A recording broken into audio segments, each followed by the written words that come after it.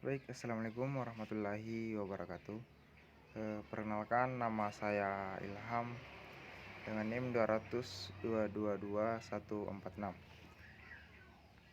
Prodi Administrasi Publik Reguler 4.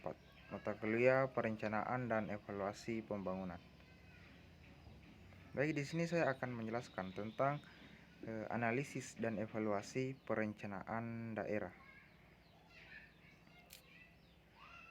Pengertian evaluasi pembangunan. Evaluasi pembangunan daerah merupakan kegiatan evaluasi untuk menilai pencapaian sasaran pembangunan nasional di daerah, serta menganalisis permasalahan dan faktor keberhasilan dalam proses pelaksanaan pembangunan, sehingga menjadi lesson learned bagi perbaikan kebijakan pembangunan daerah pada tahap berikutnya. Pengertian perencanaan evaluasi. Perencanaan evaluasi merupakan suatu cara menguraikan strategi mengenai cara mendapatkan dan menganalisis data yang akan membantu meningkatkan efektivitas dari suatu evaluasi program pendidikan. Pengertian evaluasi. Evaluasi adalah suatu proses untuk menyediakan informasi tentang sejauh mana suatu kegiatan tertentu telah dicapai, bagaimana perbedaan pencapaian itu dengan suatu standar tertentu untuk mengetahui apakah ada selisih di antara keduanya, serta bagaimana manfaat yang telah dikerjakan itu bila dibandingkan dengan harapan-harapan yang ingin diperoleh. Tahap-tahap evaluasi. Menentukan topik evaluasi sehingga pastikan sudah tahu apa yang akan dievaluasi. Merancang evaluasi yang mampu menentukan keberhasilan program. Menetapkan cara atau metode evaluasi yang akan digunakan. Melaksanakan evaluasi, mengelola, dan menganalisis data hasil evaluasi tersebut. Perbedaan evaluasi dan analisis. Evaluasi memiliki arti penilaian, memberikan penilaian, sedangkan secara etimologis, analisis berarti penyelidikan terhadap suatu peristiwa untuk mengetahui keadaan yang sebenarnya. Pengertian perencanaan pembangunan.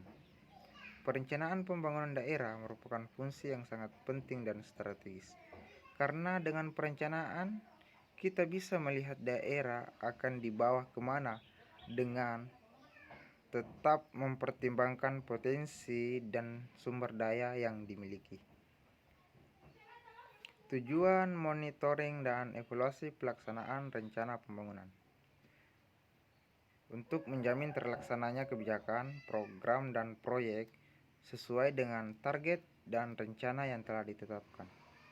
Agar ada umpan balik terhadap kebijakan, program, dan proyek untuk diteruskan dilanjutkan dengan perbaikan atau dihentikan. Untuk membantu pemangku kepentingan belajar lebih banyak mengenai kebijakan, program, dan proyek, agar kebijakan, program, dan proyek mampu mempertanggungjawabkan penggunaan dana publik. Tujuan pembangunan. Tujuan pembangunan sosial adalah mengangkat kesejahteraan sosial. Kesejahteraan sosial yang berkonotasi pada suatu kondisi sosial di mana masalah-masalah sosial diatur, kebutuhan sosial dipenuhi, dan terciptanya kesempatan sosial bukan sekedar kegiatan amal ataupun bantuan publik yang diberikan oleh pemerintah. Pendekatan pembangunan. Pendekatan pembangunan diantaranya adalah pendekatan pertumbuhan dan pemerataan, paradigma ketergantungan, pendekatan kebutuhan pokok, dan pendekatan kemandirian. Tahapan perencanaan. 1. Menyusun rencana. Rancangan rencana pembangunan nasional daerah. B. Rancangan rencana kerja DEP lembaga atau SKPD. C. Musyawarah Perencanaan Pembangunan. D. Rancangan akhir rencana pembangunan. Nomor 2. Penetapan rencana. RPJP NAS dengan undang-undang dan RPJP daerah dengan Perda. B.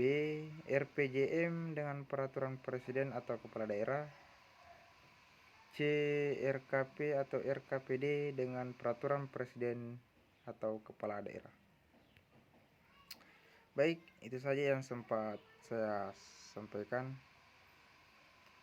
Billahi fisabilil haq, fastabiqul khairat. Wassalamualaikum warahmatullahi wabarakatuh.